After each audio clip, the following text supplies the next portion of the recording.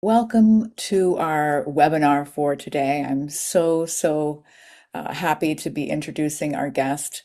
My name is Anne Grace McMullen, and I am the Director of Integrative Wellness and Patient Communications. So you can guess that because of my title having the word integrative in it, that I'm also pretty pumped about this webinar on integrative oncology, caring for the whole person.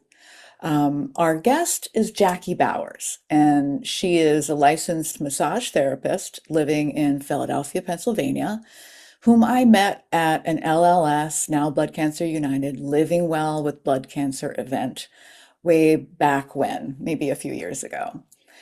She gave us such an incredible presentation then that I knew she'd be great for our group. So I got her involved with IWMF. She came and she did our Ed Forum last year. But we still want to drill down on this topic. And Jacqui has been developing, her skill set and her experience since then. And so our presentation today is going to be a bit more interactive and have a bit more resources for you. Um, so with this webinar that we're covering today, we want to learn a little bit about what is integrative oncology, and I'll let Jacqui give you the whole structure. But it's basically a patient-centered approach that blends conventional cancer treatments with evidence-based complementary therapies to support the whole person, body, mind, and spirit. So this particular webinar is designed for folks living with, affected by Waldenstrom's and their loved ones. So we're going to learn about what types of integrative therapies could be useful for this population. So just a word to our room here. Please try to stay muted while we are doing our main presentation. Jacqui might ask you some questions throughout so that, and if you have an answer you want to pop into the chat, you could do that. If you have questions for Jacqui, you can type them into the chat and you can funnel them through me. I'll ask Jacqui. We will have a specific period of time for that at the end of our session. But if something pops into your mind, just type it into the chat and I will gather those and hand them off to Jacqui when the time comes. So without further ado, I want to share a little bit more about Jacqui's background. So she's a very talented licensed massage therapist with almost 20 years of experience and training in oncology massage, which we're going to get into in this presentation. Some of you have talked about wanting to find a massage therapist that can work with you. She knows the importance and efficacy of integrative oncology in whole person cancer care, and she's worked directly with blood cancer patients via a number of facilities, such as the Sidney Kimmel Cancer Center and the Integrative Oncology team at the Children's Hospital of Philadelphia. And she also has her own company. She makes these incredible topicals for joint and muscle discomfort, which we have tested and actually really work. And that helps her patients cope with some of the side effects of cancer treatment and have helped some of our staff when we were at the Ed Forum with little things that popped up while we were there. Thank you so much for being here, Jacqui. We can't get enough of you. We're so grateful for your time. Thank you, Anne Grace. I'm excited to chat with everyone today and hopefully share some information that you can really take away with you, things you can use on your own, and also some resources to help connect you with integrative practitioners, integrative healthcare teams, and so forth. I can go ahead and share my screen if you'd like. And actually, you know what? Before we do that, I love to start right away with a little breathing technique to really get us all relaxed. It's also for me too, because it's hard to public speaking's hard. This is called the physiological sigh. It's a little bit, comes a little bit from the neuroscience realm, and really also influences us on a biological capacity as well. But it's one of the quickest ways to flip from stress to a state of peace. It's one of the quickest ways to get there. So I like to start with this because it gets us all relaxed for the information we're going to receive.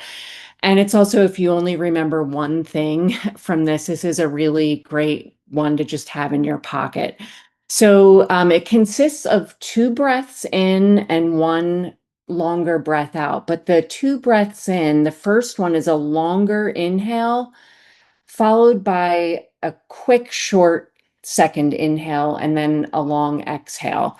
And just the mechanism behind this is the longer it fills your lungs with a healthy dose of oxygen, and then the longer exhale expels a good amount of carbon dioxide. So it helps balance the your blood gases. And the reason that's significant is when you have less carbon dioxide mixed into your blood, it signals to your body overall that things are okay. So it has like a systemic effect in calming you. So that's a little sciencey mechanisms behind it. But feel free to do this with me if you'd like. So the first breath is going to be a longer inhale in like this. And then the second breath that follows that is a shorter one like this. So the first two, it's, and then a long exhale. So we can put all those pieces together, and it's called the physiological sigh. So we can do it all together. A long breath in, short breath, long exhale. So this is one of the quickest things you do when you feel anxiety rising, or you just got some bad news, or you feel totally overwhelmed. This is a quick one to pull out of your pocket and help regulate your nervous system. I'm going to go ahead and share my screen. Thanks, Jackie. While you're doing that, I wondered if you could share really briefly. You got to meet a lot of Waldenstrom people at the Ed Forum, and I'm curious, kind of what you learned from, the one-on-one interactions. And you can answer this later or think about it as we do the presentation, but I saw you having some pretty deep conversations with people at the Ed Forum. I think one of the I think what was very educational for me was just getting some firsthand stories of what having the diagnosis is like. I learned from some folks fatigue can be one of the uh, most challenging symptoms, and then peripheral neuropathy, being a runner-up or maybe tied for fatigue. And just there are the folks who are in the watch and wait zone with Waldenstrom's, not at a point where they need to have active treatment, but you have this thing looming over you, not knowing what the future holds. So there's a lot of anxiety involved. And so it's part of what we're going to talk about. The uh, topic is integrative oncology, caring for the whole person. So meeting people firsthand, it gives you a better sense of what are we talking about when we say the whole person. People have lives, families, jobs, hopes, dreams, things they want to pursue, a slew of other challenges outside of having a diagnosis. And that's really what we want to think about when we talk about what is the whole person. And the best way I think of to get us in that mindset is when someone asks you the question, how are you doing? I mean, what does that even mean, right? It sounds simple, but sometimes it's kind of overwhelming. Like, do you mean physically, emotionally, financially, work? How am I sleeping? Do I feel hopeful? Do I feel anxious? How do I feel about the future? So we have so many moving parts, and that's what I enjoyed about getting to talk one-on-one with some of the folks at the Ed Forum. Um, a lot of the times when we're asked that question, how am I doing? It's easier to just say, oh, I'm fine, because it's hard to know where to begin. But when it comes to healthcare, especially cancer care, we really have to begin somewhere. And that's really why we're doing this webinar, because integrative oncology is really exactly about that. It starts with the whole person, not just the disease, not just the symptoms, but you, the whole human, you, the person who might be thinking, I finally have time to work on that writing project I always wanted to do, but I feel so fatigued, or finally have more time for my golf game, but I just don't have joy in it anymore because I don't feel well when I'm doing it. Or maybe you're in the watch and wait zone. You got some labs recently that are kind of decent, but you're hoping it holds up because maybe you have a mother or a father in their 90s and they've taken a nosedive into dementia. So you're thinking about how I hope I hold up because now I'm in a caregiver role. So this is real life. And so this is what we mean when we talk about the whole person. Um, so why is this important? It's important because um, if we think about conventional cancer treatment, it really targets the disease itself. But it can come with some unwanted side effects, and it doesn't address all these other aspects of you while you're going through treatment. And the best way I'd like to think of it, I don't know if anyone here does any gardening.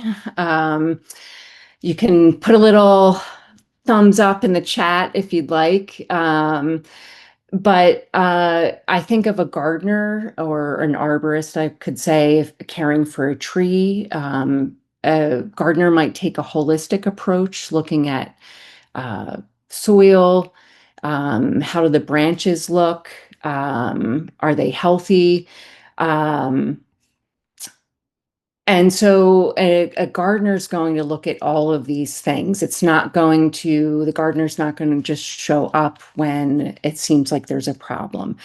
And so integrative medicine works similarly. It looks at everything that's going on with you. Instead of just treating symptoms, it's going to look at your entire being. What can we do for you to support you emotionally, spiritually?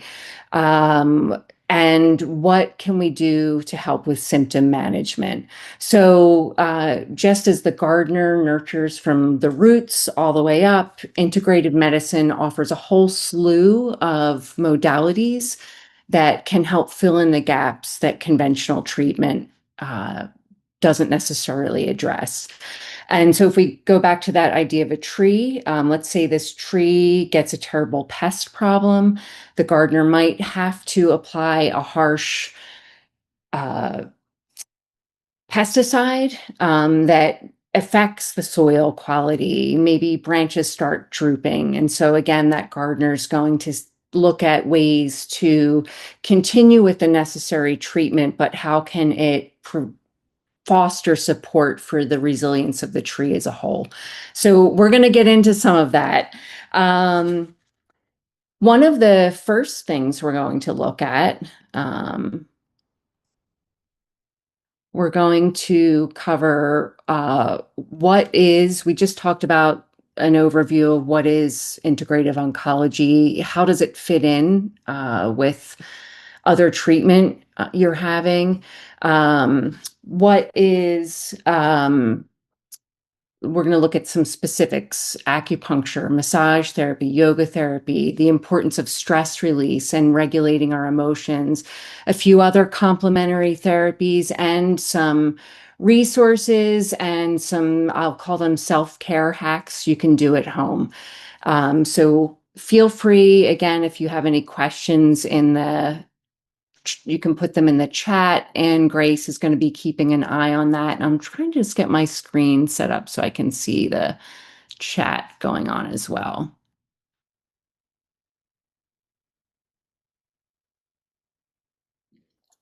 That's always been a challenge for me.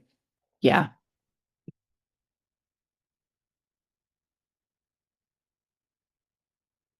If you want, I can alert you to anything in there. Yeah, I'll just Yeah. let you alert. Okay.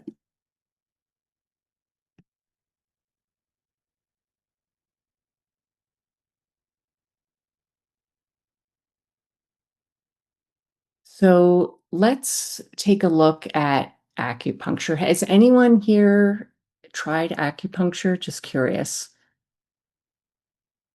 Good few hands going up. Great. Um, if you want to put in the chat what a brief comment about what your experience was with it, if you found it helpful, didn't really find it to benefit you, I would love to know what the experience is. And while folks are putting in their comments, I want to ask if anyone here is afraid of acupuncture.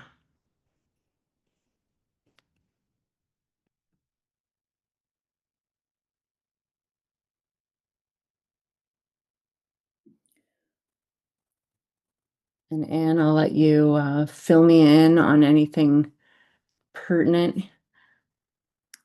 Sure. So some folks are saying they want to try it, but they haven't found one yet. And so, Mm-hmm. like, what to look for and what kind of website would be a good place, a starting point to search for, the appropriate type of acupuncturist. Mm-hmm. Someone was saying the acupuncturist helped them actually get diagnosed as having a blood deficiency. Mm-hmm. Someone's found it very, very helpful for pain and fatigue following treatment. Another person didn't find any benefit, even though because they went for back issues, so they Mm-hmm. didn't find any benefit for that. Some folks have gotten relief for neuropathy in the feet, but you need to keep it up regularly. And someone else also said that seconded that idea that consistency is key. So I'll be curious to hear what you think about that. Wow, a lot of people writing in about their experience.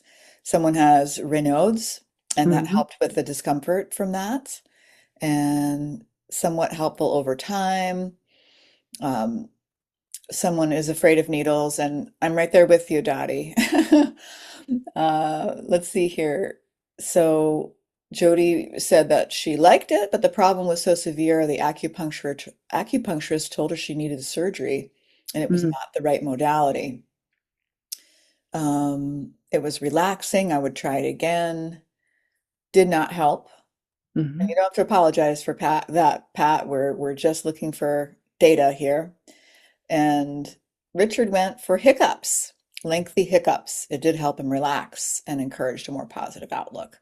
So it seems like, in general, Jacqui, people had a pretty positive reaction, and specifically for pain and fatigue, Mm-hmm. some back issues, Raynaud's, and other things going on. So go ahead, take it away. Yeah, so I just want to say, on the note of folks who have tried therapies and didn't find them helpful, that's the beauty of integrative modalities. There's not any one thing that's going to work for anyone. Just like medications, perhaps a doctor has tried a medication with you and you haven't gotten the intended result. So the doctor might say, okay, let's try this, or we have to tweak the dosage. So integrative modalities can be the same. You try and see what resonates with you and if it's a good fit. But the reason we talk about acupuncture, and before I get into some of the research, For those of you who don't know much about it, it comes from traditional Chinese medicine. And it's based on the premise that there are points situated along specific channels that run through the body. They call them meridians. And that energy runs through these meridians. The Chinese word for energy is qi, spelled Qi, and it's believed to flow through this network. And just like any other body system, sometimes qi can become obstructed and can contribute to pain and illness. So acupuncture is employed by inserting little needles along these points to help remove any obstructions in energy or just improve the flow of energy. Western medicine doesn't talk about energy as much as other medical traditions. But when we think about it, we are animated beings. We don't have to plug into an outlet at night. There are energetic forces that keep us going. And beyond that, there has been extensive research in the clinical arena on the benefits of acupuncture, enough where large hospital systems are now bringing acupuncture in as a treatment. Um, so, um, if for those of you who are afraid of needles, acupressure can be applied, and that's learning where the points are. And this is also a great thing to learn because you can do these things at home. But MRI studies do show that acupuncture causes changes in the brain that then funnel into changes in the body. There have been some large meta-analyses of studies. Again, that have led to major healthcare systems bringing in acupuncture as a treatment. I wanted to show folks, I have, if you can see this, for those who are a little weary of needles, it's not the kind of needle, let's see if you can see this. There's a little cover on it. You'll see why in a minute. It's not what you think of when you're going to get blood work done or if you've been in the hospital and you have an IV. This is a much smaller needle. It's like a cat's whisker. And an acupuncturist will find the appropriate spot and they just, see if you can see this, they just,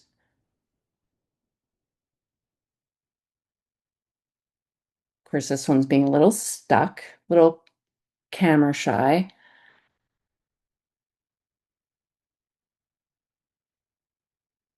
They just tap it in. It's that easy. And you can see how thin this is. It's like a hair. Most people find an acupuncture treatment relaxing. There are some points where you will feel stimulation. You can feel almost like a little electrical jolt.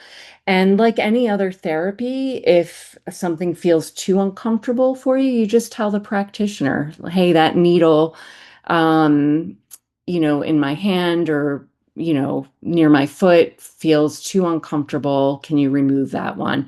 There are more ways, you can get from point A to point B in a variety of ways. So communication is always great. A very popular acupuncture point that I wanted to share with you all is one for nausea. If there are any of you who have had to go down the road of chemotherapy, sometimes nausea is a side effect. And so there's a point, if you look at your forearm, it's about 3 fingers width down from the crease of your wrist. And it's right there, are those two tendons that run down your forearm, right in between. It's kind of squishy area of flesh. That's called point P6 in acupuncture. And applying sustained pressure there for about 3 minutes or more can help shift the tide and you start to feel nausea diminish.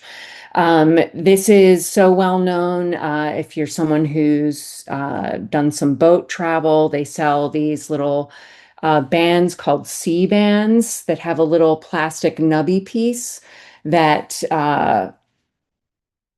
is designed to apply pressure right on that point. When I was working with oncology patients at the Children's Hospital of Philadelphia, the hospital, we would actually give these to patients to help reduce nausea.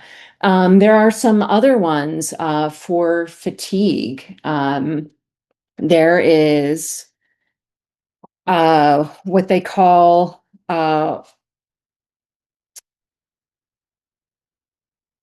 Ren 6, and this one's a little harder for me to show on camera, but it's right below your rib cage, go all the way down, and you're going to be below your belly button, about 1.5 thumb widths below your belly button, and that's called Ren 6. You don't have to remember these. I'm going to give you some resources where you can look these up. But applying pressure there can actually help reduce fatigue. It's also a point that's used for constipation. That's a good one to remember. And then along with that, um, there is a point on your leg. Again, this one's hard for me to show on camera, but if you're sitting in your chair and you can feel your knee, and then just below your knee, over towards the outside of your leg, there's where you start to feel soft tissue. You feel muscle that runs right up towards your kneecap. About 4 fingers down and a little bit about a finger's length towards the outside. That's called ST36. That is another point that can help reduce fatigue. And again, these points have been researched. And when stimulated, you don't even have to go to an acupuncturist and get a needle. However, going somewhere and laying down and being able to relax and have someone do this for you, there's a lot of benefit to that. Um, Acupuncture is generally safe for cancer patients, folks with a Waldenstrom's diagnosis. Um, as a few of you mentioned here, consistency can often be the key. Some of these integrative therapies, they're not like Western medicine where we take a pill and you start to feel it immediately. It requires a cumulative effect. So I would say if you haven't tried acupuncture, but you're curious, try a few sessions and just see what it does for you.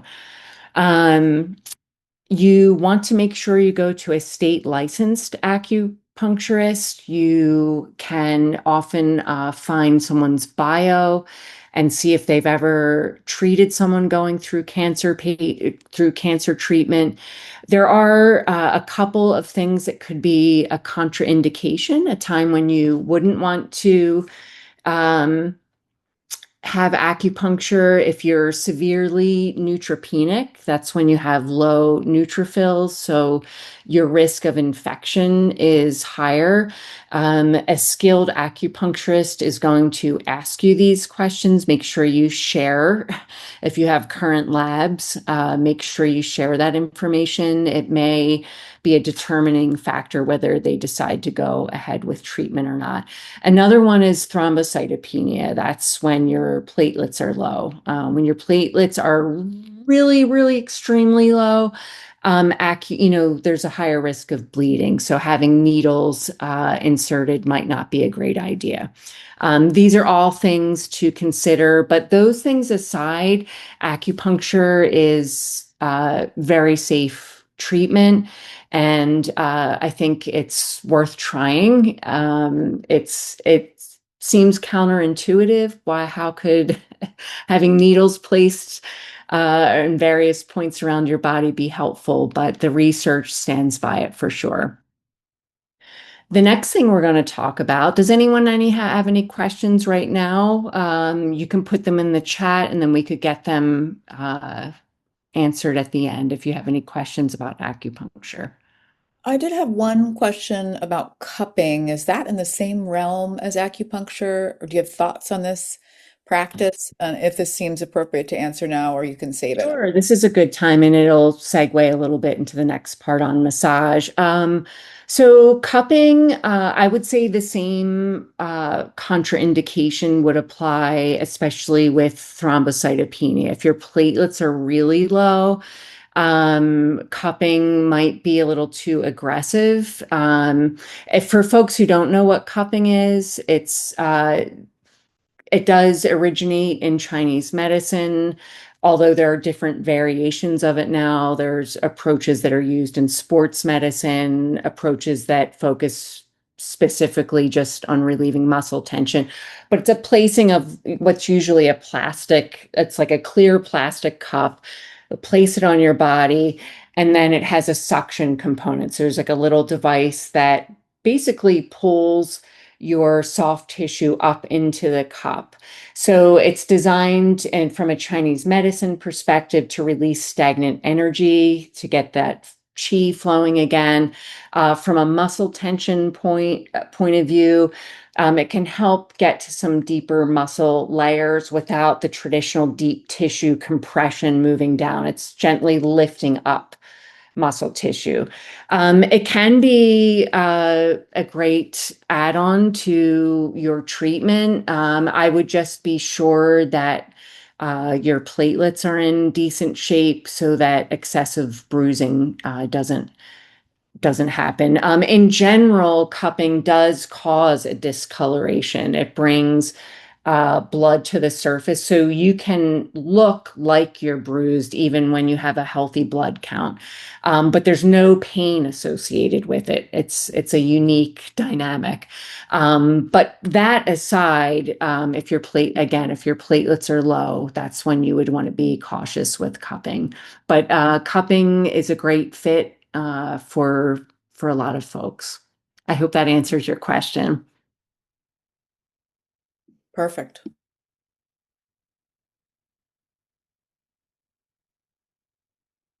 I do And not. this is just a quick overview of some of the things before we move on to massage. Acupuncture can be great for neuropathy, especially. So again, if you're thinking about trying it, be sure to mention very specifically to your acupuncturist what you're seeking treatment for, and they can really tailor the treatment to your needs. So, massage therapy can help reduce pain, anxiety, depression, can also help with fatigue, constipation. We know certain medications can slow down our GI system and can also help with neuropathy. Several studies show that massage therapy can help people reduce the need for pain medications. It gets your own body's pharmacy to kick in, just like acupuncture. From a Western medicine perspective, these modalities really push a button in your own body to tap into its own pharmacy of feel-good chemicals. And so that's, along with acupuncture, that's another dynamic of massage.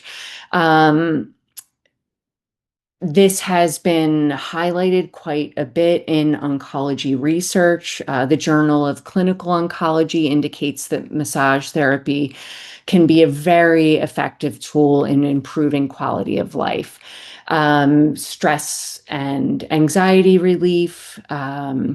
We know when we receive massage, it also increases a hormone called oxytocin, which is associated with a feeling of we're all in this together, bonding, you're not alone, increased feeling of being loved.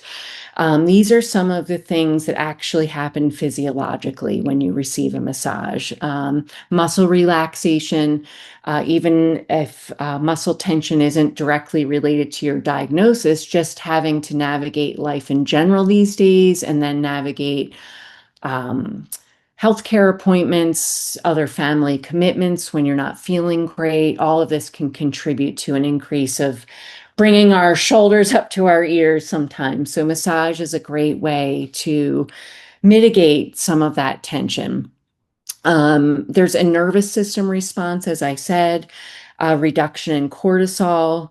But one of the biggest questions with cancer treatment is it safe? And so we're going to talk a little bit about that. Um, There is such a thing as oncology massage, and what that means, I don't know if anyone's aware of that here. You can definitely put a note in the comments if it's something you're already familiar with, just trying to kind of gauge what folks are already aware of. Oncology massage is when a therapist is trained to adapt their traditional massage to the side effects of cancer treatment. They adapt according to knowledge of medications you might be on. If someone's going through chemotherapy, for example, generally deep tissue massage would be contraindicated for a variety of reasons. One thought is that massage that's too aggressive can help push medication through your body quicker than it needs to stay in your tissues and do its thing. So sometimes aggressive massage therapy can move things through quicker than they should. And also, some of these medications are really powerful. And so you're kind of already at a tipping point, so to speak. And so sometimes it might seem appealing to tell that massage therapist, like, yes, dig in, get out the jackhammer. But the next day you can end up feeling like a truck ran over you. So generally, now there's not hard and fast rules. These are general guidelines. But if you look at this pressure scale, um, it's always hard to answer the question, has anyone gotten a massage before? And the therapist is like, what kind of pressure do you want? It's always a hard question because it's subjective. It varies from what's medium for one person is different for another, and how one therapist delivers medium pressure can be different than another. So this is a kind of a great guideline, this sheet. You can look at the hands, that you can see how much skin and muscle tissue is displaced according to pressure. So for oncology massage trained therapists, they're generally going to stay in the 1 to 3 zone. Now, if you're getting a massage in the 1 to 2 zone and you're used to getting deeper work, you might feel like, what is this doing? Is this even helping me? But you would be shocked to, at the end of a session, feel how much tension release you get from a gentler massage. If someone's cancer diagnosis does result in tumor development, an oncology trained massage therapist would never massage where there's active tumor situation. If someone's had recent radiation or surgery, an oncology trained massage therapist would learn how to adapt the massage around those things, or any implanted devices like a port. At the end, I'm going to share a list of resources on how you can find an oncology trained massage therapist. And also helps to ask if, within your Waldenstrom's community, there might be folks here who have found someone. And if you can kind of, hey, I kind of live in your area, like, you can also be a resource to each other if you've found someone with the appropriate training who's been helpful for you. Um, on the note of Waldenstrom's, one of the other, as we mentioned, common symptoms is peripheral neuropathy. And massage can help with that. In the oncology massage world, we've been working on techniques that can help relieve some of that discomfort. But I wanted to share a little self-care neuropathy technique you can do at home. And it's really as simple. Let's say you have the pins and needles or discomfort pain in your fingers. You can start and feel, if you want to follow along, you can just warm things up. You can even get down into your forehand, forearms. You don't need really specific massage training for this. And then your step two is you're going to kind of just do that same warming, go down from fingertip. Seam warming. You can get out some lotion. It gives you a little more glide. You can go right on down into your forearm. Just go down each finger, down your palm, all the way down. And then after you really get warmed up, then you can do slower, more deliberate strokes. You can go down each finger. You're going to go down like this. If you can hopefully see this, go right down. And you can go down each side of the finger. And again, you can go slower, more deliberate, and just tune in to if your fingers are getting too red or you feel or it you feel too much discomfort, then you don't have to do it. But it can be a great way to disrupt the pain signals or the sensory signals. It's that your fingers or your toes send from that location to your body. It's like a sensory disruptor. Sometimes adding in, we won't get into too much detail about this, but some folks are a fan of essential oils. Some essential oils, like mint, cinnamon, clove, when diluted into a lotion or oil, can also be sensory disruptors. And so it helps disrupt that pain pathway. So this is just something to try at home if you're experiencing peripheral neuropathy. If you have someone you live with who is open to doing this for you, even better. And it doesn't have to be a big, long project. Just spend a few minutes. But it's amazing, just a few minutes a day can start to re-educate the way your body is perceiving those sensations. And I just call these free experiments. You don't have to make an appointment. It does not cost you anything. So I think it's a worthwhile experiment. Jackie, can I interrupt for just a second Hmm. here? So I had some folks sharing that it's difficult to see you because you're also sharing a screen, but I'm wondering if we go back and do a few things, you could demonstrate a few things for us at the end without Sure. sharing, or just I know I have two monitors, so I can like do a lot of different things, but some folks have just the one and they can only see what's being shared on your screen there. Absolutely. And I'm glad someone spoke up about that. I can do a quick demo of that at the end for sure. Sure. And then there's also the option, somebody is writing in, you might need to change your view and you can Okay. select the standard or speaker. But yes, so we'll go back and we'll do some demo. And then some other folks had asked if you had a practice for neuropathy on the feet and up the lower leg. And if there was a rhyme to your, a reason to your a method to your madness of the direction, like what's happening with, why go down, not up, and Mhm. if there was something that you would add for the lower limbs as well. And maybe that's a part of the demo at the end. I don't know. Yeah, just in brief, it's really essentially the same technique for the lower limb. You would start at the toe, go down the sole of your feet, even the top of your foot, and just you could go all the way up to your knee.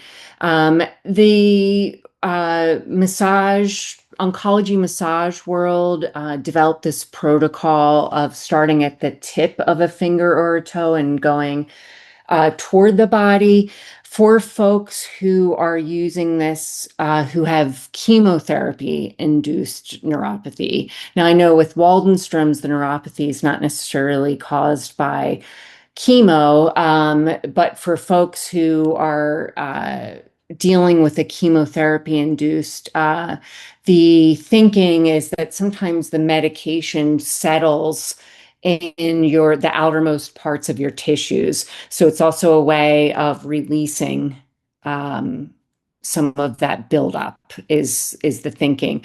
But again, I say experiment and see what works for you. Sometimes just massaging those parts of your body in general can be a sensory re-education.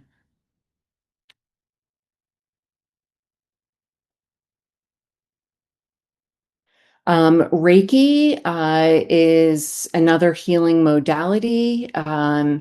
It comes from Japan. It is not rooted in any particular religious system. It is based on the belief, just like Chinese medicine is based on this belief of qi running through your body. The word Reiki, Ki, comes from the Japanese version of the same concept, that there's a universal life energy that flows through all living things. So a Reiki practitioner just helps kind of balance that energetic part of our being. Most people find it deeply relaxing, and there has been enough clinical research on the physiological benefits that many hospital systems have training programs for nurses and other healthcare providers to provide this for patients. Yoga therapy. And this is Anne Grace can chime in anytime she wants to, if there's anything she wants to add. But yoga is a practice that combines physical postures, breathing techniques, and meditation. It contributes to anxiety and stress relief. It can help with constipation. It can help with fatigue. This is a big one because sometimes when we're fatigued, the last thing we feel like doing is more movement. Movement actually can be a big key in revitalizing our energy. And that is, I think, one of the best side effects, I'll say, or the best benefits of yoga therapy.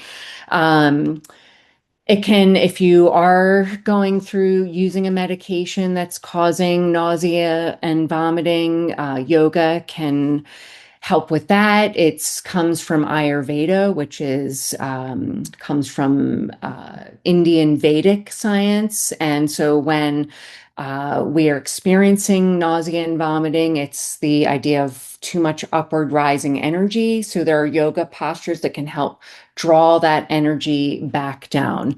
Um, Yoga can be incredible pain management and peripheral neuropathy relief. Um, as far as pain management, the postures in yoga, just like massage and acupuncture, they help because their postures also promote often relaxation or tension release. It is again another trigger to get your body's own feel-good pharmacy to kick in and can contribute to pain relief. Peripheral neuropathy relief, a yoga practitioner can help you focus on improving balance. Sometimes, if we have severe neuropathy in our feet, our toes, it really affects how we walk, our gait, and then that funnels into the way the rest of our muscles are trying to adapt and react. And sometimes we don't have the balance that we would like to have. And so yoga can be a great tool to help undo some of those effects of neuropathy.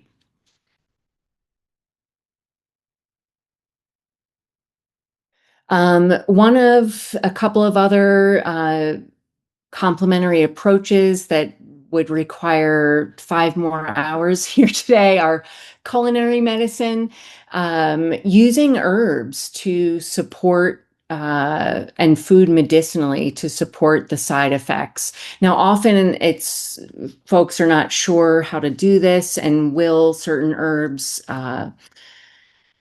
influence medications I'm taking? At the end, I'm going to point you to some resources where you can get answers to those questions. Music therapy, sound healing. Music doesn't require an appointment. Even things like just singing, humming they're measurable changes in our body chemistry when we do those things. We talked a little bit about essential oils. Lavender and peppermint can be used to reduce anxiety and nausea. Peppermint, ginger, and black pepper are great essential oils for combating fatigue. They should always be diluted, though. Just because something is what we call natural doesn't mean we use with wild abandon. These are powerful plant compounds. So adding them to a carrier oil or a lotion is important. Stress relief. This is a huge one, maybe the most important thing. There's emerging research on how elevated emotions can change your body chemistry and help alleviate symptoms and put your body in a more optimal state for healing and dealing with your diagnosis. There's some great studies on laughter. There was a study on a group of diabetics, actually, where one group had their typical meal, where these were insulin dependent diabetics, and who would typically need insulin after a meal. And then the other group, they had them watch an hour comedy show along with their meal. The comedy show folks did not need their insulin. So do not take away from this that you can just laugh and not take your medicine. That's not the point. The point is inviting things into our life that bring joy, a laugh. These are actually measurable in your body and can impact recovery and resilience. Gratitude has been widely studied as one of the easiest accessible positive emotions. Some folks keep a gratitude journal. And even if you start out and you don't feel like your heart is even in your gratitude journal, like you're just going through the motions, if you keep with it, you will get there and you will start to actually, when something good happens and you feel it course through your body, like it could be even just getting a good parking spot. When you're late to something, it's always my illustration because that's reflective of my life. And it's just that, like, yes, so take snapshots of how positive emotions feel in your body, even if you have to latch on to like the stupidest little thing in your life. Replay it and feel the feeling through your body, and this actually changes your body chemistry. Here's a little hack we're going to do here when we talk about altering our body chemistry. We're going to talk about the vagus nerve. Has anyone heard of the vagus nerve? You can put a note in the comment if you want. The vagus nerve, you can see in this illustration, is a cranial nerve. There are a number of cranial nerves, but almost all of them have to do with functions in your body that help you monitor the outside world. Like there's an olfactory nerve that is connected to your sense of smell. There are other auditory nerves, but your vagus nerve, I heard this one doctor describe it as sort of the internet of the body. It's connected to so many body systems, and it's kind of your one of the ways your body is checking in with what's going on in the inside. And it's a key part of the body's rest and relax system. Activating it helps switch off stress. And again, when we think about what we just talked about, the role of elevated emotions in your overall health, in your overall trajectory in dealing with your diagnosis, anything we can do to switch off stress. Stress can be important. It's an important function. It's a warning. It helps us sometimes stimulate our adrenal gland when we have to act quickly. But then often it's overactive, the stress response, when we have an ongoing situation. So we have to learn to flip it off. Simple ways to stimulate it, slow breathing, humming, singing, cool water on the face, gentle stretching, laughter, social connection. But there's a little self-help tool we're going to talk about. I'm going to show you. It's an ear pull technique. I put some QR codes on here too. I don't know if that's helpful. This is actually a video of a woman who really beautifully demonstrates how to do this. So basically, there are a few different things. And if we just flip back to that illustration, you can see how so much of the vagus nerve, so it's a big nerve and has all of these branches, but see around your ear, like that's like the hub of the vagus nerve. So there are some self-help tools where the first, and again, maybe I hope that you can see me. But I'll try to verbally describe this. If you hold the outside of your ear, and you can just gently pull outward, a slightly upward pull, because you're manipulating the tissue around where the vagus nerve, that hub of the vagus nerve hangs out. It's a way to stimulate it. And there's been research done on this. So pulling outward, upward, you can also take your finger and stick it in your ear canal. And this is demonstrated in the video. And you can do gentle circles. Obviously, you're not going to put your finger way down in deep, but I'm just pressing on the cartilage of the ear, doing circles, and it helps to stimulate that vagus nerve. And folks, if you start doing this for a few minutes, you will notice a shift in your nervous system, especially if you've been in a heightened state of anxiety. And then another one is if you just kind of grab your earlobe like this, and you're just going to pull down.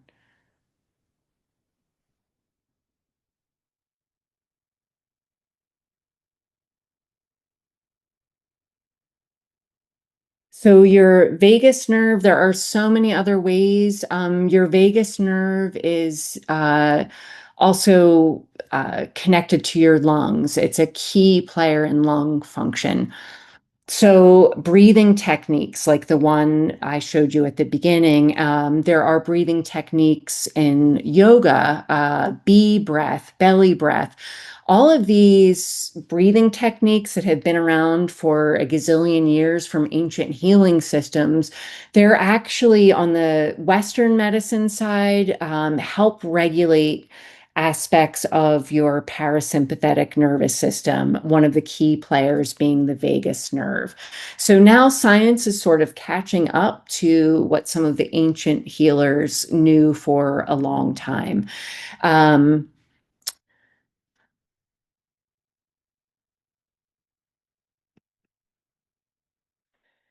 This is just a little excerpt from a magazine put out by Children's Hospital of Philadelphia. And the reason I have that here, this is an example of what is happening in some hospitals around the country. They have an integrative healthcare team where pediatric patients up to young adults can receive acupuncture right in the hospital setting, right in the intensive care unit, and outpatient massage therapy, yoga therapy, mindful meditation practices.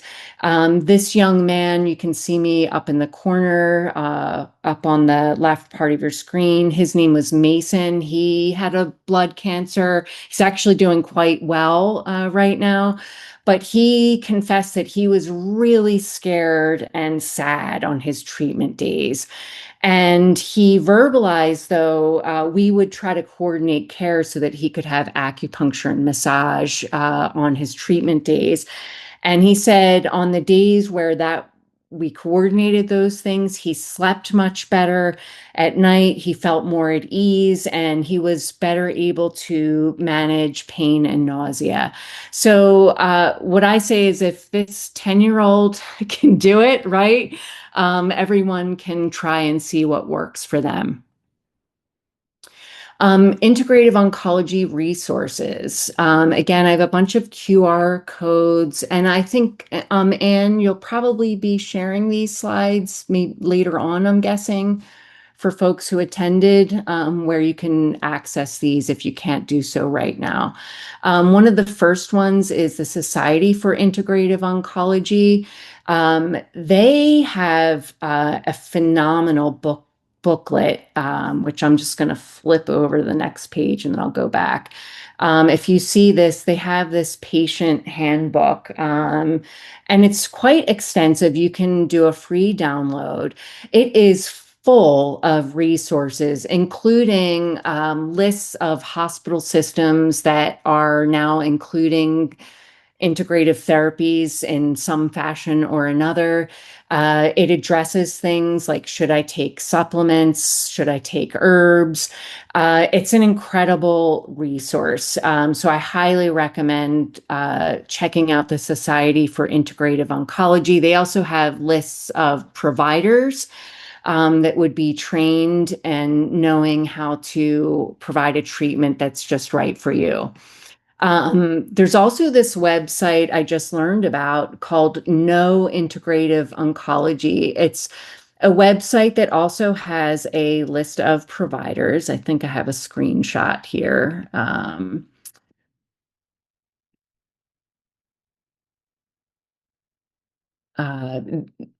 if you go to their website, they have a list of providers. It's not as extensive as the for Integrative Oncology, but they have a number of naturopaths listed that do virtual sessions.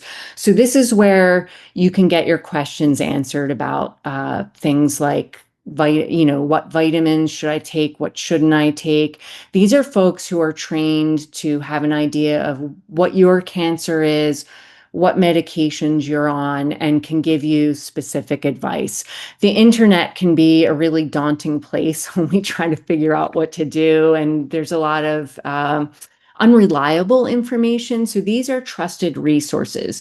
I will say about the No Integrative Oncology site, they do have quite a bit of research, but that part of the website does require at like a paid membership. So that's the one caveat to that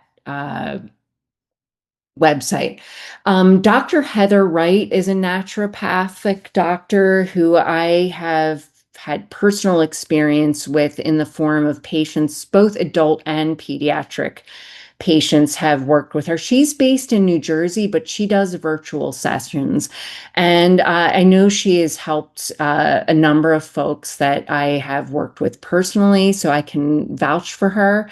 Then there's the Society for Oncology Massage, which also has a database of oncology trained massage therapists around the country, and also some of the things we talked about, things you would want to talk to your massage therapist about before getting a massage. And then here I have Unite for Her is actually an organization that provides complementary therapies for breast and ovarian cancer patients, But on their website, they have a list of providers that are generally oncology trained and acupuncturists. So it's a great resource, even though they're not dealing with Waldenstrom's. It's a great resource. They have a big uh, concentrated group of vetted practitioners in New Jersey, Pennsylvania, and Delaware, but they have expanded nationally now. So now they have a growing list of providers nationally. But of all of these, I would say the Society for Integrative Oncology, their ebook is phenomenal. I'm so grateful that those folks took the initiative in providing that. Um, on this is just a little page from that ebook. A lot of times, complementary therapies are not covered by insurance. We're hoping that those things change. Although some insurance does, it doesn't help to check. Also, some folks have an HSA or an FSA where some of these things can be covered. Acupuncture generally has your best chance for insurance coverage. But they, in the Society for Integrative Oncology, in their ebook, they have this page, I have no money to invest. How can I get started for low or no cost? So this page is probably hard to read on your screen, but I highly recommend you download the booklet. And this just has some great recommendations for things you can just do right at home. These are a couple of books I love to enhance. This is keyword enhance, not replace your cancer treatment. This book, I actually have it here. It's an incredible reference. It has diagrams of all those acupuncture points where you can apply pressure yourself. It dives into self-massage techniques. It does talk about essential oils you can use for specific symptoms. It talks about herbs and supplements. On that note, though, I would still say this is not tailored specifically to Waldenstrom's. So I would still recommend, if that's something you're curious about exploring, I would recommend a consult with a naturopath. Even if you just have one consult and you can invest in that, you can get, if you email ahead of time with a list of what you want covered, get the biggest bang for the buck out of your appointment. And sometimes one appointment can go a long way. But again, there are free resources where you can get access to a lot of this information to help you feel better. And that's really what this is all about. It's about helping you in your day to day, help you keep doing the things you love. I mean, that's what we're here for. And it's amazing. Something as simple as a massage, I'll talk about that. It's my wheelhouse. Can just be a reset button. Sometimes it doesn't take away a diagnosis, but sometimes things like massage, acupuncture, the movement with yoga can also help you just process some of the emotions that come along with a diagnosis. We all have things we have to do every day. So there's some boxing up that has to happen, right, in order to function. But all of these things are stored in the body. So doing things that are, it's what they call a bottom up approach, help you process some of these things that kind of are lurking in the background in your day to day. So see what resonates with you and the kind of benefits. But there's enough research to know that there are significant benefits from many of these modalities. I think we have a little bit of time for some questions. Yeah, Jackie, so I am gonna just press something right now to check out. I really appreciate your patience, everyone, with navigating Zoom and navigating, side by side. You want to see this, you want to see our speaker, you want to see the slides. I'm gonna press a button right now that might have been the answer. And I don't know if you can see her slides and you at the same time, but Maybe not. Okay. Well, I I'll come back can. to that. If you want to stop sharing Yeah. your slides, that would be great. Okay. So we've got a few minutes left. Maybe we can just tackle a couple of questions and then, um, maybe it's something, questions that are unanswered. Maybe Anne and I can talk about a way to get you more information.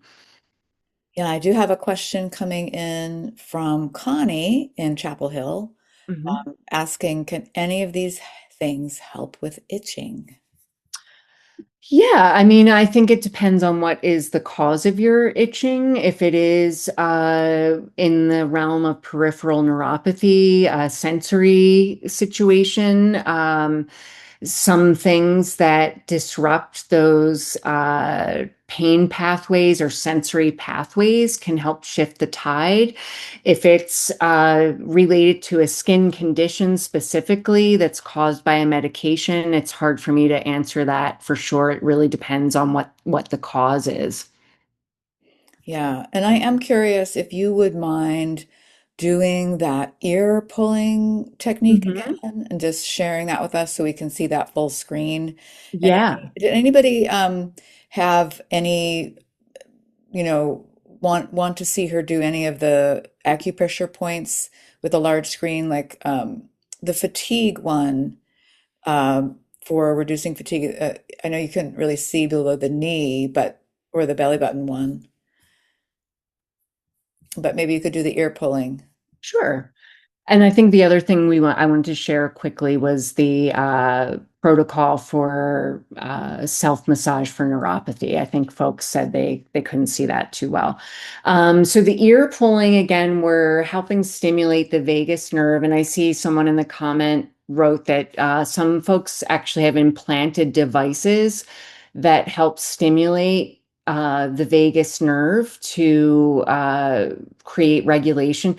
Those are FDA approved. So this is recognized in the medical realm, but because we don't all want to have a device implanted, the bulk of the vagus nerve, the kind of main hub of it, is all around your ear canal.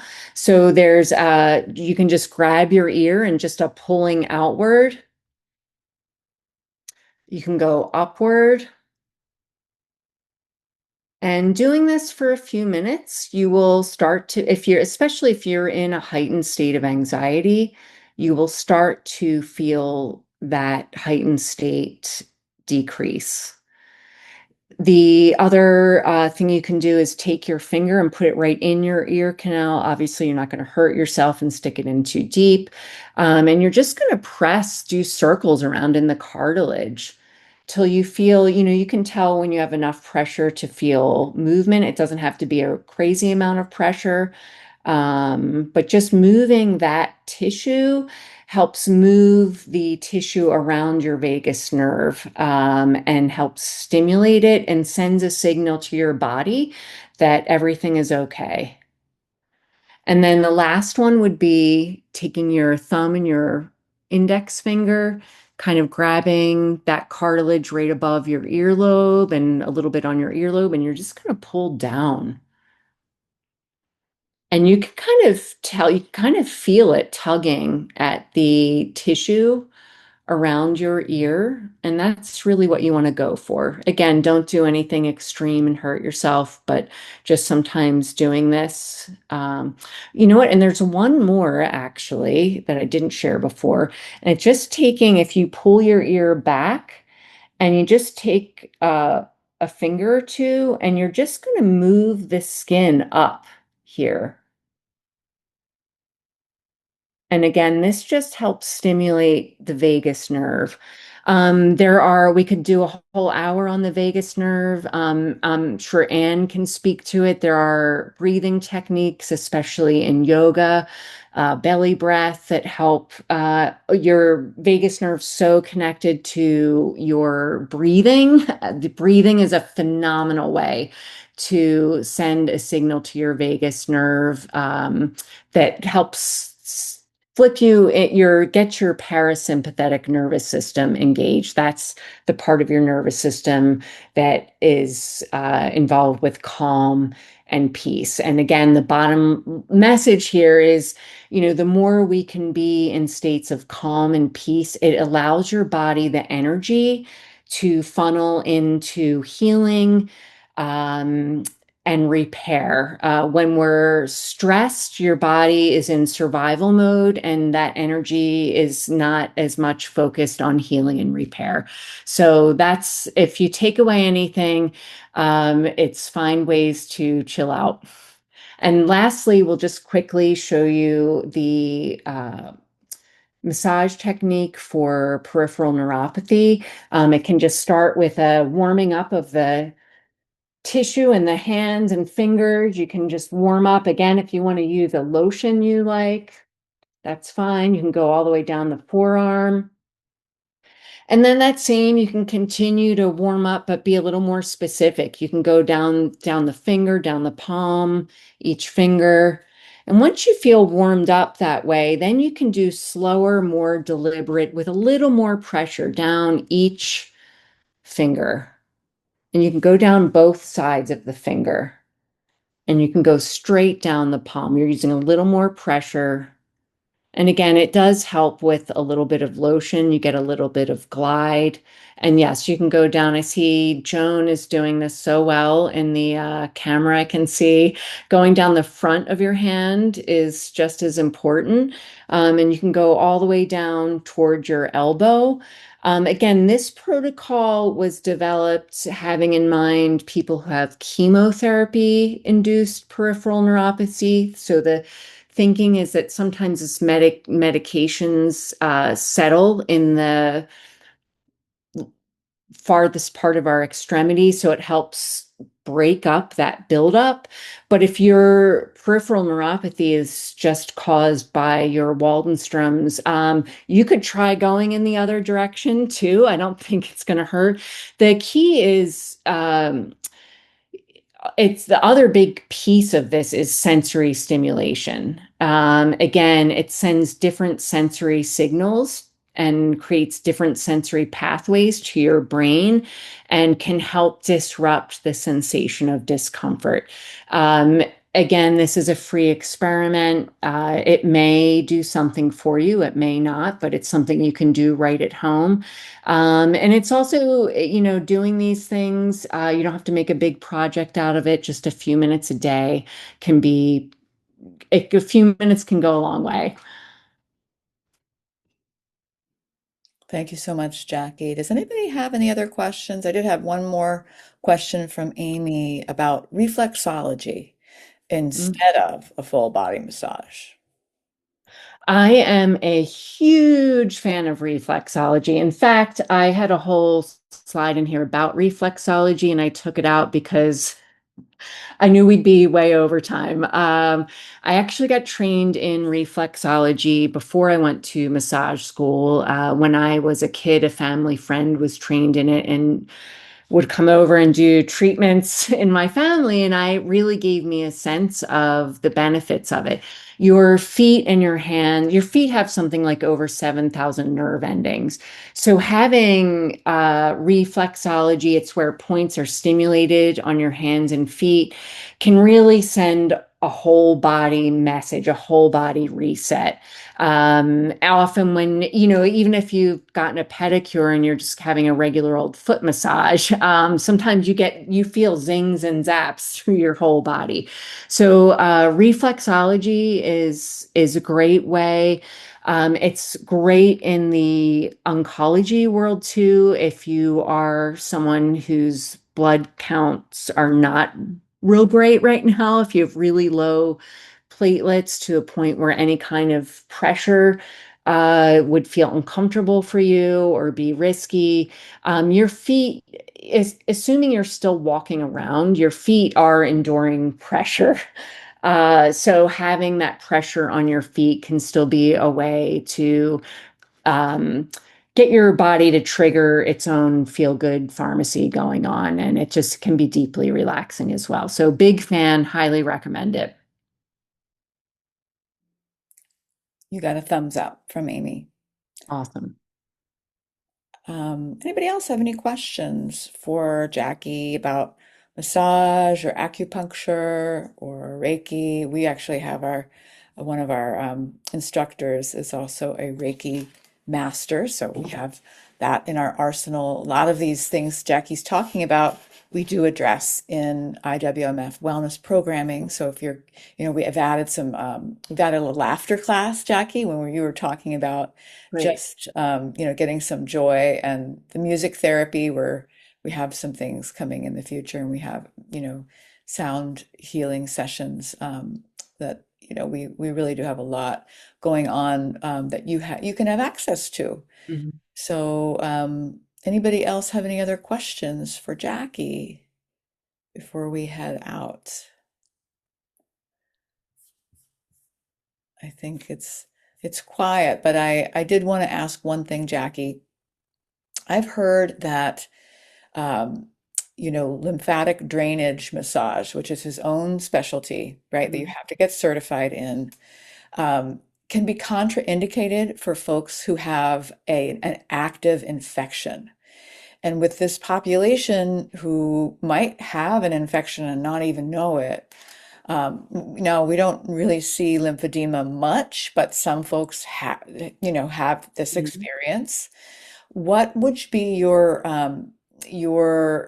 uh, advice about massage, which kind of does this, does move the lymph Mhm. fluid, Yeah. right? So, would that be good or not good In or the massage world, that's a great question. In the massage world in general, even an oncology even a massage therapist who hasn't had training specific to oncology, often if there's infection, there's a fever. So in the massage world, if you have a fever, massage in general would be contraindicated. Massage can elevate a fever and can, again, if you have active infection, a massage that's too aggressive can overburden a body that's trying to fight infection. That said, gentler hands-on modalities like a Reiki that might involve a gentle still point, back to the massage slide where we showed pressure. That's almost like a weight of a nickel. Things like that are going to be relatively safe. But again, if you have active infection, having something, your lymphatic fluid is helping to is an immune response. So sometimes the body has swelling for a reason. I guess my best advice, if you're curious about lymphatic drainage massage, I would go to someone, and maybe you could type this in the comments, and an MLD trained lymphatic drainage, and that stands for manual lymphatic drainage, but that's like the official title. They've been trained to basically know whether they should work with you or not. So looking for someone, lymphatic massage world has kind of gone all over the map. There are people that take like a 1 day workshop and they're like, okay, I'm doing this. People who have done MLD training is much more involved. It's a deeper dive. It's just a lot more education that they have under their belt. And so if you're curious about lymphatic massage, that's who you want to look for, an MLD trained specialist. And I will just say, if you want to stimulate your lymphatic system or promote good lymphatic flow, the best way to do that is movement, to be honest. Your lymph system doesn't have a pump like your cardiovascular system has the heart. Your lymphatic fluid moves via muscle contraction. All the lymphatic vessels, when your muscles contract in your legs, when you're moving, walking, that is what promotes optimal flow.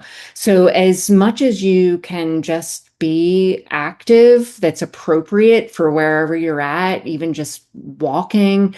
Again, I'm going to highly recommend yoga, any movement is going to be just A plus for your lymphatic system. Sounds like another whole webinar, Jackie. Yeah. Thank you so much for that. I appreciate the answer there. And I have a question from Connie. Is angioedema a contraindication for massage? And this will be our last question for Jackie. Um, it could be, I would say, massage that's very gentle, would be appropriate. And it would mean I would do like the massage therapist should do a thorough intake with you first. And the reason I say very gentle is, when we have these diagnoses, we're still doing things at home. Like you might put lotion on your skin, right? That is not your doctor. If your doctor hasn't said, like, don't rub anything on your body, then I would say it's absolutely contraindicated. But a very gentle, lightweight massage could be okay. That is a specific one I personally would take a deeper dive into first before working with you, just to be sure it's safe. And, that's always something you want to look for in a practitioner too, like someone who, in massage school, we haven't gone to medical school, so we don't know every single nuance of a diagnosis. So it's taking time to evaluate and find out if massage can be safely delivered. But that's a great question. Thank you. Yes, a lot to think about and a lot of things to consider. So thank you so much for your time, Jackie. And we'll be sending out a follow-up email with the resources in it that Jackie mentioned along with her slides. So stay tuned for that. And in the meantime, we're going to keep learning more about this ever expanding field of integrative medicine and integrative oncology and how it can help us and you. And I'm hoping that, this will mean there'll be research that supports specific to Waldenstrom, which there is not much of, sad to say. But that is a hope and a goal of mine to hopefully get more research, be involved in research with these integrative therapies and Waldenstrom and how they can help. Thank you, everyone, for being here. And thank you, Anne Grace, for inviting me to share all this. And also just thank you to the IWMF for um, sharing integrative approaches to care. It's phenomenal as an organization that this is happening.